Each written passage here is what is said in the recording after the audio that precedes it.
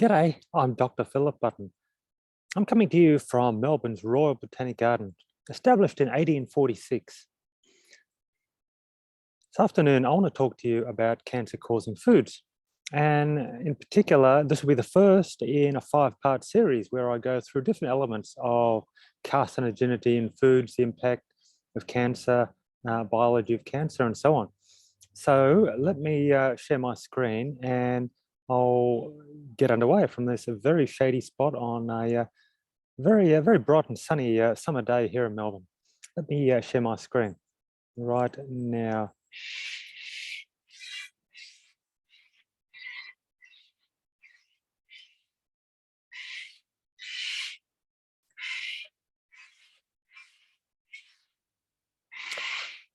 There we go. Okay, so this series of talks is titled "Cancer-Causing Foods. Should I be concerned?" There are 5 parts to the series, as outlined here. So today I'll be going through in this video about the significance of cancer, the burden of cancer, both here in Australia, but also globally. Before we go on to cancer biology in video 2, then carcinogen evidence and risk factors in video 3, lifestyle choices and cancer outcomes in video 4, before wrapping up with cooking methods and cancer.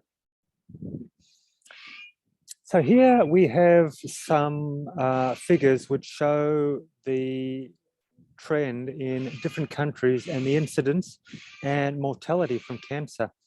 And you can see that Australia and New Zealand are right at the top there, along with North America and Western Europe. In particular with incidence, both in males and females, but a bit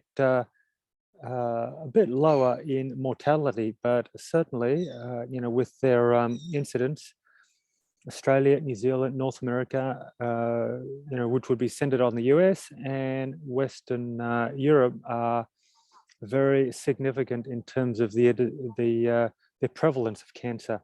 Whereas at the other end of the scale, we've got South Central Asia, sorry. So, basically that would refer to the Indian subcontinent and Western countries in Africa are right down the bottom.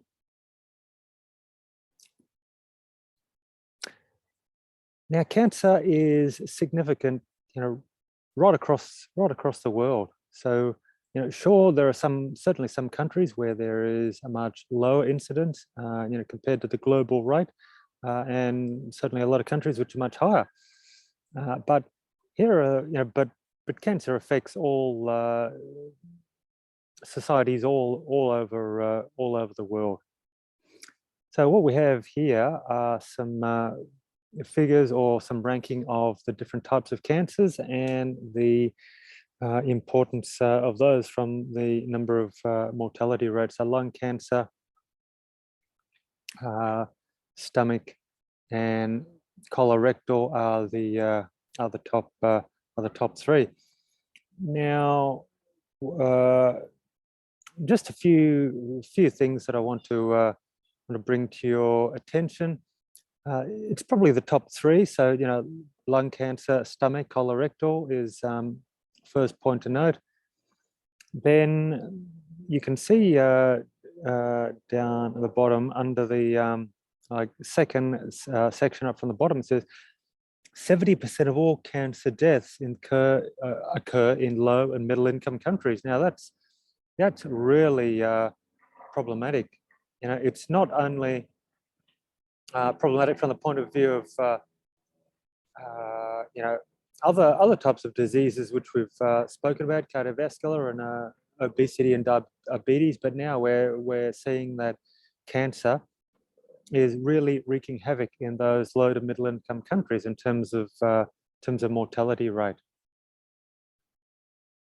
And the important point down the bottom, more than 30% of cancers It could be prevented. So it talks about, not smoking, healthy diet, physically active, and that sort of thing. So cancer is, extremely significant the world over, but has, greater impact. Even though the incidence might be lower, it has a greater impact in these low to middle income countries. And worth pointing out is lung cancer is the biggest cancer killer, and then we've got gastric and colorectal as number 2 and number 3.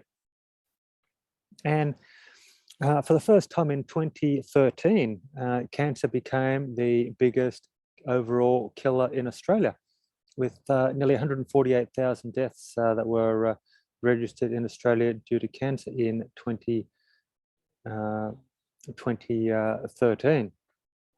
So, as well as killing the most Australians every year, cancer has the most burden, on Australia, and you can see 19% there, compared to 15 for cardiovascular. So it kills a lot of people, and it has the biggest burden on the country. Now here are some figures which show the specific types of cancers. And we've seen that overall cancer is the biggest killer. It has the biggest burden on society. But then previous slide before that, we've taken a look at the top 3 cancers. So lung cancer, gastric cancer, colorectal. But here, this is specifically in Australia, because that was global figures. Now this is specifically in Australia, where we've got very specific types of cancers as and where they rank amongst other diseases.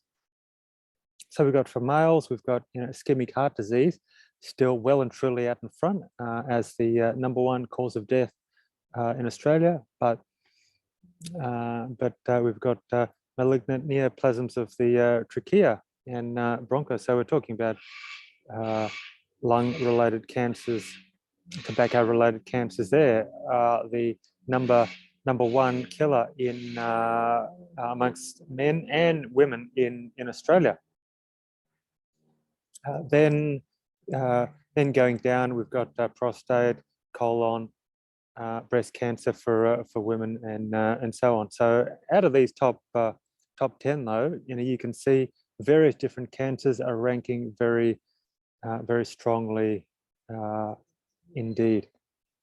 And I want to wrap up this video on the burden and impact of cancer by showing these figures here on the most common cancer deaths. So we've got lung cancer, well and truly out in front. But then we've got colorectal, and then so these are Australian figures, and then prostate for males, and then breast cancer overall, and then pancreatic.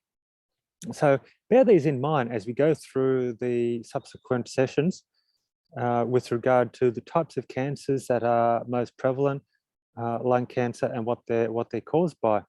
So lung cancer, and then we've got in Australia, colorectal is number 2. So thanks very much for your attention as I take you through the burden, the incidence, mortality of cancer, as well as the economic and burden on society of this disease. And in subsequent slides, we'll look at other aspects, other elements of cancer and its relationship to how it causes disease, how it actually manifests, and then what can be done to prevent and to overall reduce the burden of cancer through mortality reduction and through incidence reduction as well. I'm Dr. Philip Button from Sasanoon, from the Royal Botanic Gardens in Melbourne. Thanks very much for listening, and I look forward to your company during the second session of this cancer-causing food, should I be concerned, when we go through cancer biology. Thanks very much. Take care and have a lovely day. Bye for now.